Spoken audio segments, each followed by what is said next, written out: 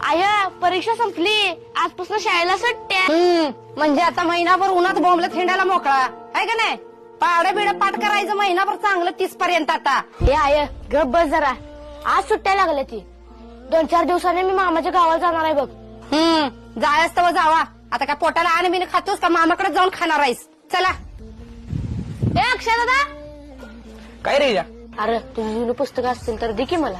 हा देतो, पण निम्म्या किमतीनं. आणि गाईड पण आहे माझ्याकडे. बरं तू दे पुस्तकं, मी आईकडनं पैसे घेऊन नंतर देतो तुला. हा, ठीक आहे. आणि गाईड सापडून झाले नंतर शोधून देतो. आय काय रेजा? हे बघ अक्षय दादाकडनं जुनी नवीची पुस्तकं आणल्यात मी. अक्षर नवीला होता वे बाई, त्यानं तुला दिली वे पुस्तकं त्याची? होय, निम्या किमतीनं घेऊन जा म्हणला. आज बापाकडनं पैसे घेते, अक्षरचं पैसे देऊन टाकते पुस्तकाचं. आणि गाईड बी देतो म्हणलाय बाय. आरवळीची पानं का फाडायला लागलायस?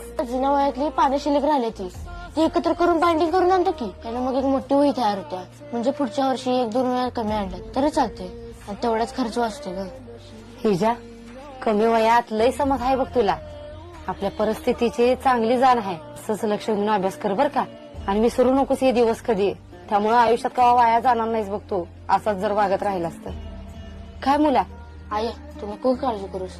तू आणि पप्पा कसले दिवस काढलेत हे मला माहित आहे ग. त्यामुळे मी वाया जायचा विषयच येत नाही.